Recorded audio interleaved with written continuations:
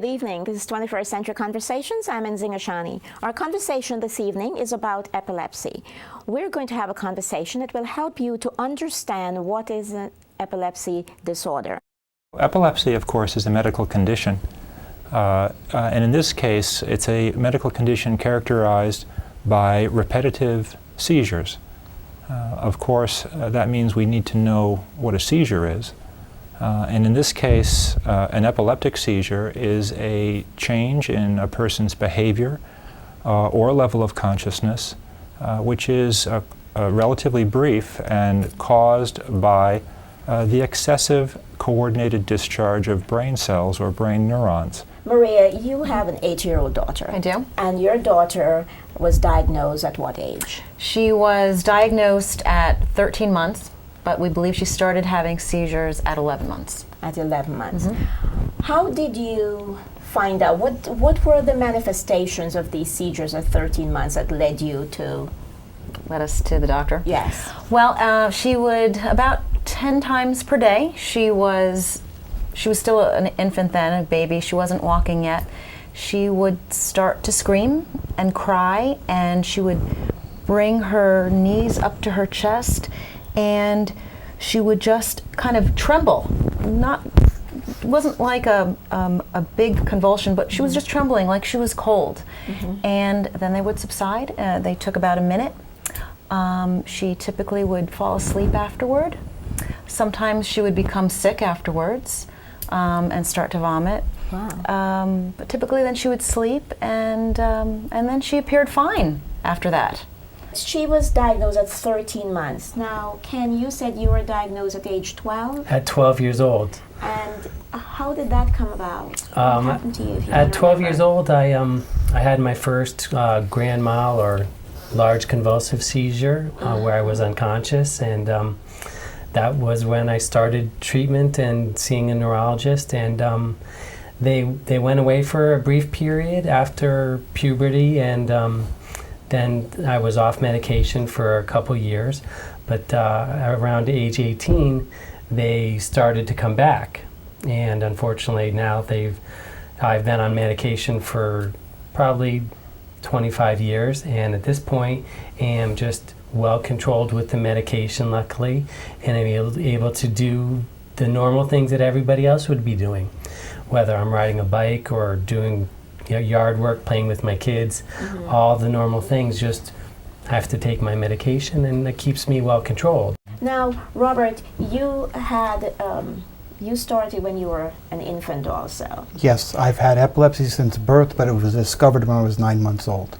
Okay, so you've had it since birth. Now, are there anyone else in your family that you know of who has epilepsy? We looked back many generations on both sides of the family. No one has it. So your parents don't have epilepsy and no one in the family, but you have had it since birth.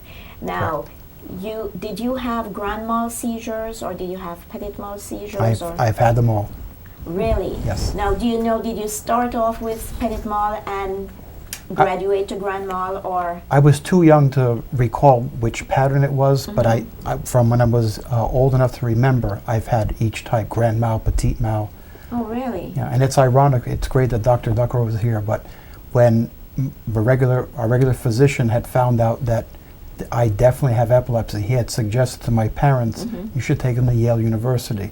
And if you pull up the record, the first time I have been at Yale was in 1958. My goodness, and Yeah. this was a long, yes. So this disorder's been around for a long time, and we have known about it. Dr. Ducker, have we had much advancement in the treatment of epilepsy?